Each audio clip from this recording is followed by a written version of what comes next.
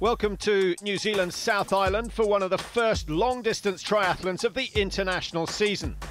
The athletes arriving long before dawn, long before the Southern Alps revealed their skyline, and time to prepare the bikes, step into their skin-tight wetsuits and psych up for the day ahead. For many, Challenge Wanaka is the ultimate challenge. The beauty of the setting is matched by the brutal severity of the course. Dylan Mcneese, otherwise known as the Fish, won the men's event last year. He took 3:40 out of everyone else in the water. He had a good battle with Jamie White on the bike, and sub 3 hours for the marathon, produced a time of 8:51.18 to take the victory. And Mcneese is back again this year. A little bit scary, to be honest. I think Richard Usher's probably the biggest name out there. He's an absolute legend in New Zealand, you know, and I raced him a few months ago in Ashburton, and he destroyed me. It's a good field, and it should be exciting. Richard Usher has immense experience, and that alone makes him a threat. Everyone's going to be chasing Dylan out of the water. That's probably the only given for the day. There's a lot of guys that are all going to be there or thereabouts in you know, virtually any race they do. I think it would be really unwise for anyone to discount almost anyone in the pro field.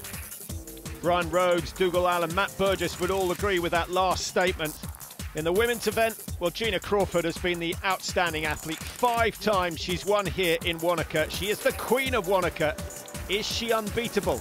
Well, she always gets a good start because she's such a good swimmer. And then she backs that up with some brilliant riding and solid running. She is back in action again this year. The outside of her house looks something like the good life. Inside, it's a mass of chains and frames and tri-bars as she prepares for the race.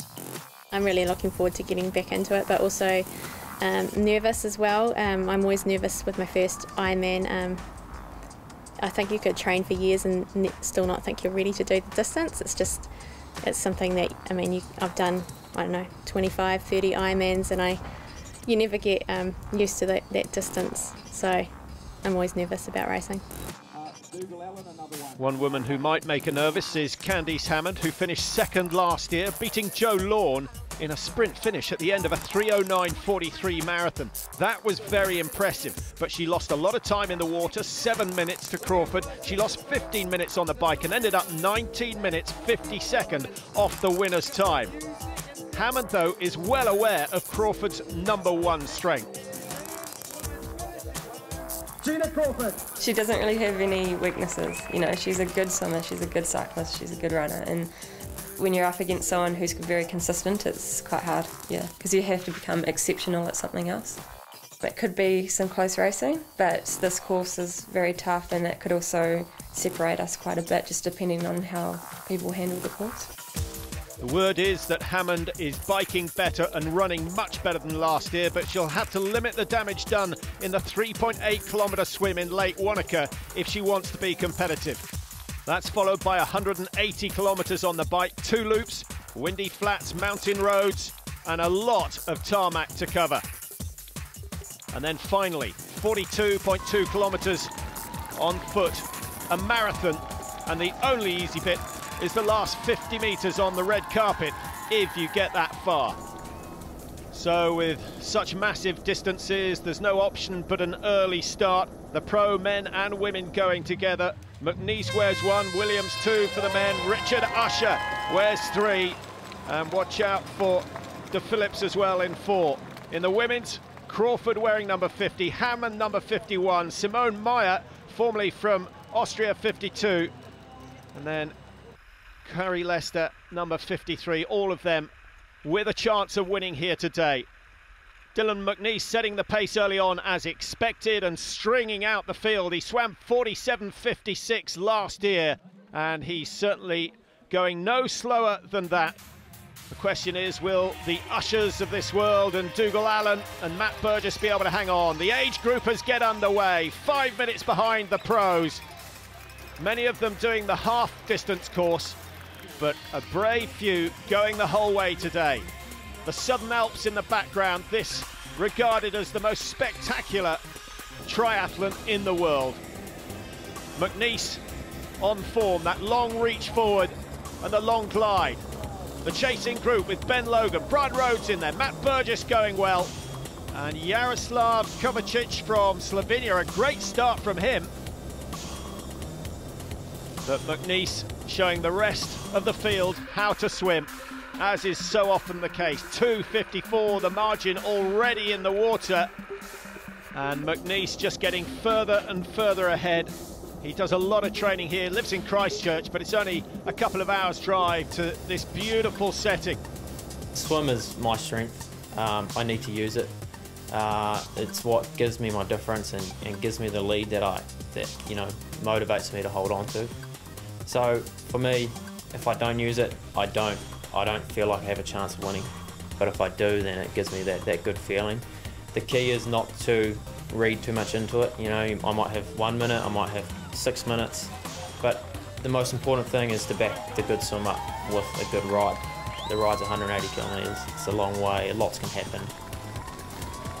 Well, he's obviously thought it through, and he's certainly taken advantage of his swimming prowess. A time of 46.25, that beats the record by almost a minute, and that was set back in 2010. Brilliant start then for Mcneese, chasing him out of the water. We've got Matt Burgess, Kovacic is still there, Ben Logan going well as well, but Richard Usher a long way behind, 7 minutes 15 seconds given away in the water, and Richard Usher is going to have to use his cycling and running prowess if he wants to get his second title here in Wanaka. No drafting allowed, a 10-metre distance. No danger of Mcneese drafting anyone. There isn't anyone, he's on his own. It's going to be a lonely race for Dylan Mcneese, trained by Tim Brazier. And he made a very impressive win here last year on his iron distance debut. But he is being chased, and this is Richard Usher making a move early on, going past Burgic and Allen and Kovacic, all made to look slow by the power of Richard Usher. But he was 7:15 behind. He's now 6:44 off the pace of the leader. He's still got a lot of work to do. Out in front, Dylan Mcneese looking very comfortable. He went on to win in Taiwan, having won here and then had a couple of poor races, but he's shown what class he's got. The leader of the women's, guess who it is? Gina Crawford, 5-time winner here in Wanaka, trying to make it 6 today. Good swim. She's very solid on the road as well, and is so used to going it alone.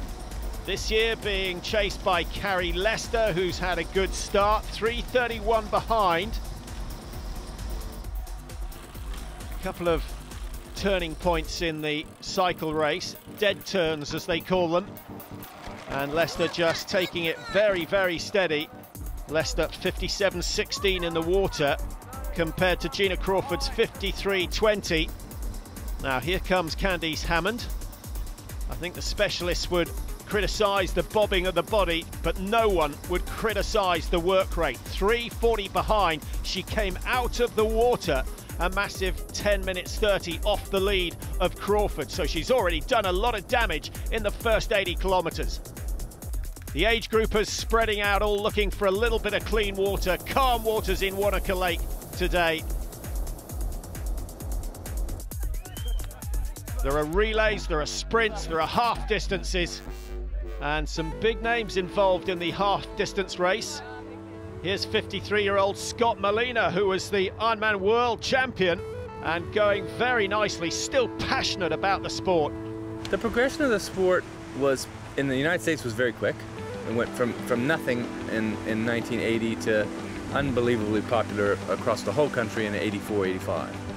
And then the last 10 years, especially in the Ironmans and the challenge events, they've just gone nuts, you know. And so certainly the ultra distance races like this one are where the growth is, the real growth in the age groups, the older people. I still live and breathe the sport every day. You know, to me, working out is my high. You know, that's my drug, is to get out and work out, be out here in the wonderful places and the open spaces. You know, I love that. I love to do that every day. You know, and New Zealand is perfect for that. So yeah, I'm hooked, and as long as I can keep moving, I'm going to keep going. Well, that's good to hear. Out on the road, both the men and the pro elite are pushing on, and here is Candice Hammond, who's having a sensational ride. And can you believe it? She is going past the 5-time champion, Gina Crawford, struggling on one of the uphills with 150 kilometres gone, 30 kilometres to go, and Candice Hammond finds herself in front. Now, she'll definitely question her pacing because she never usually gets anywhere near Gina Crawford. Well, that's a sensational development in the women's race, and the champion is going to have to dig deep.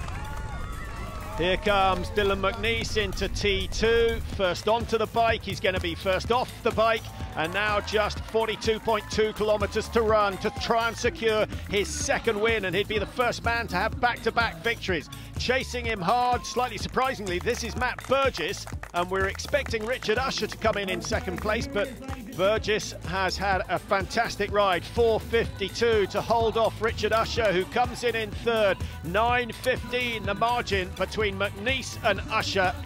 I think Usher will know he is going to have to produce the marathon of his lifetime if he wants to get his second title here in Wanaka. But he's won so many races before. Already into second, the man who's won the coast to coast on 3 occasions, and he can run a bit, as you can see. He's got to keep this tempo going. He's closing down now, just 7:18, 2 minutes gained on the race leader. This is a question of pacing. He'll know exactly what he's got to do. He's got a lot of supporters out there, hugely popular, but so is this man, and Mcneese still looking strong. No signs of the problems that he had at the end of last year's race. Started to cramp up with 3 or 4 kilometres to go. In the women's race, Gina Crawford in second place, but only 10 seconds given away in the last 30 kilometres. It's been a strong mental performance from Crawford, but still, Candice Hammond is the race leader into T2. She's in unknown territory. She's been winning marathons. She's won some extreme distance bike races as well, but it's the fact that she can run that may give her confidence. Hammond changes on the spot. Crawford, with other business, is going to give away a minute, maybe even a minute and a half. Away goes Hammond. The third woman into transition, number 52, that's Simone Meyer. Meyer, who broke her back in 2009. It's incredible to see her racing again at such a high standard. Mcneese being chased by Richard Usher. Here's Usher at 6:57, another 23 seconds gained on the race leader. But he's going to run out of space unless he can put on a sensational burst. Dougal Allen, 4th place off the bike, 11:41 behind. That's a good run from Dougal Allen. Started in 2006, coached himself for a while, then took on the services of Burke and Andrews, and my goodness, he's improved in the last couple of years. Here he comes. Second in the coast to coast on 2 occasions. And he's had 3 wins in the Otago Gold Rush, which is a really tough race. So don't be surprised to see the 29-year-old Allen working his way through the field.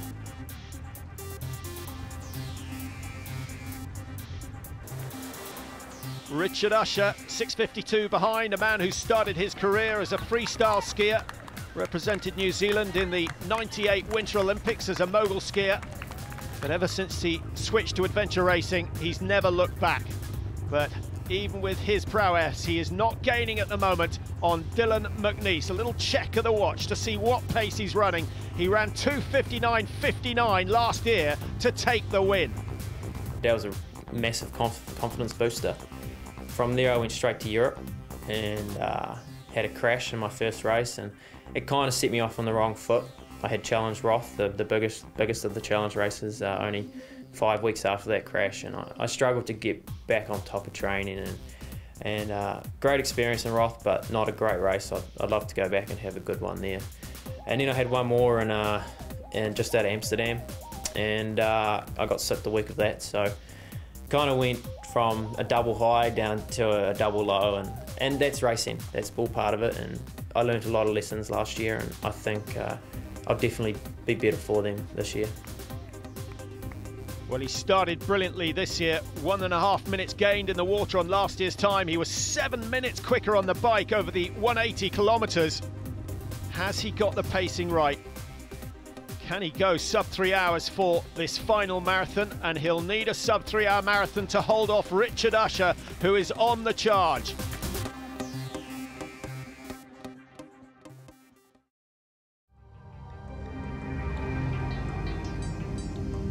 Welcome back to Challenge Wanaka, one of the toughest events on the international triathlon calendar.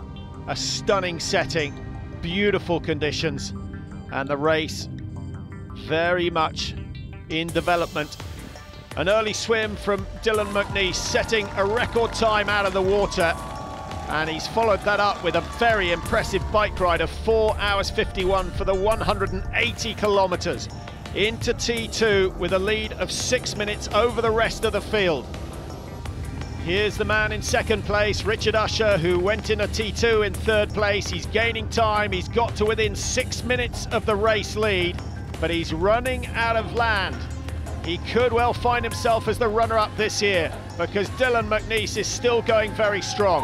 Grab some water, absolutely essential to make sure that he stays hydrated. He knows that that was his mistake last year. Dougal Allen running strongly in third. In the women's event, well, it was all about Gina Crawford early on. She was 10 minutes 30 ahead of Candice Hammond out of the water, but Hammond has produced the bike ride of her life. She was into T2 first, but only had 10 seconds advantage over the 5-time champion Crawford. A slow transition from Crawford allows Hammond to get a lead out onto the road. And here is Hammond, still leading. The run is a discipline that she's improved massively. Still work to do, I feel, on the technique, but mentally she's incredibly strong and running as if she's got springs in her leg as opposed to exhausted muscles. The distances for the women, of course, exactly the same in these challenge events. Now, if Hammond can run like this, Gina Crawford's going to find it very tough to gain ground, and at 4:17 behind, she's thrown away over 4 minutes on the marathon run so far. Things are not going as usual for Gina Crawford. Richard Usher, now he should get another split time, and he needs to be within 2 minutes if he's going to put any pressure onto Dylan Mcneese, but my estimate is still somewhere around a 5-minute margin, and the fact that one of the age groupers, okay, it's from the half-distance event going past him, would indicate that he is struggling. That's Bevan McMillan, who's the leader in the half marathon, and he has a look at Richard Usher, and I don't think he can believe it himself. He has just gone past a legend, a New Zealand legend. Dylan Mcneese is fast approaching that status as well. Solid performances. If he holds on here, he will become the first man to get back-to-back victories in Challenge Wanaka. And now Usher finds himself 8 minutes behind. He is going backwards, and he can ill afford a rest, but he needs the fluid and he needs the food. Otherwise, he may find himself dropping out of the top 5 or 6. Well, he's not been as successful in iron distance racing as he has been in adventure racing, and there is suggestions that he'll be going back to the coast-to-coast and other adventure races. Here is Dylan Mcneese, just a couple of 100 metres to go, and thousands upon thousands have turned out to see him home. What an occasion.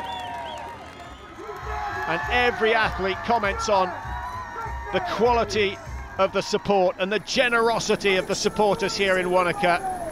In the middle of South Island, it can't help but be a spectacular race. He looks as fresh as a daisy. 2 hours 56 for the marathon, a total of 8:38.52. He has secured his second successive victory, and Dylan Mcneese is the champion for 2014. Friends out there again giving me splits all the time. The one I was most surprised with, you know, apart from holding that sort of 7 minutes on the bike, was the first run split I got was Richard at 9:15. So I don't know if he punctured or what happened, but that to me was like, I can hold 9:15, so that just gave me so much confidence to run my own race and not worry about him. And yeah, had it been 5 minutes, you know, I might have, it could have been a different race. He could have, you know, felt like it was a bit more achievable, and yeah, so it worked out well. But what a race. Richard Usher, the champion from 2010, having to settle for second place today. The only consolation perhaps the fact that Mcneese was 4 minutes outside his record that he set back in 2010. He lost 7 of the 11 minutes in the water alone. I felt like I had a really good swim. I was sort of swimming with the pack that I sort of hoped I would be, and got out of the water feeling pretty positive. And I don't know exactly what it was, but I just didn't really, you know, have the legs that I sometimes have. And you know, Dylan had a really great day today, and well-deserved win for him. Dougal Allen coming in third place. He was the fastest of the day on the bike, a time of 4:45, just over 3 hours for the marathon. 8:54. A sensational performance from him. Well, what about this? Most people couldn't run like this for half a mile, but Candice Hammond has floated on air throughout the day. She wasn't quick in the water, but she cycled hard. She gained 10 minutes on Crawford in the first 150 kilometres, and she's run a brilliant marathon as well. What a victory. She looks as surprised as Crawford will be. I can't believe it. Yeah, I'm stoked. Yeah, I never thought I could win on this course because this course challenges me so much. I find this a really, really hard course, and yeah, I never expected this to happen at all. Gina, like, I really look up to Gina, and I've learned a lot from her in the way she races, and I know she's a really honest and hard racer, and so when I caught her, it's hard to explain. It's I was very apprehensive, but then it was like, no, you know, this is your race, just race how you normally race. I was able to pick it up a bit in the second part of the run, and I was feeling quite good, so I just ran with it then, and yeah, tried to hold on. Fantastic run from Hammond, and what a performance from Gina Crawford. This year she finds out what it is like to be runner-up, having had 5 victories here in Wanaka. Really, really sore. I don't think I've ever been in so much pain in an Ironman before, but a real mental battle out there, but just really glad to get to the finish line. Gina Crawford. Simone Meyer in third place on the podium. What a career she's had since she moved to New Zealand in 2007, and it's not often you see Crawford struggle with anything, but today she struggles to get on the podium at all. Candice Hammond is in 7th heaven. She'll go back to her sheep farm in Cambridge after the race and will work on her swimming in the off-season, and then she really will be a world beater. Well, it's not just about the pros. They've had a kids race which attracted 500 athletes and 1,500 age groupers who arrived at the start in the dark, and they finished in the dark. Everyone hurting, everyone emotional, every one of them a winner. They'll be back next year for the same Challenge Wanaka. We'll see you then.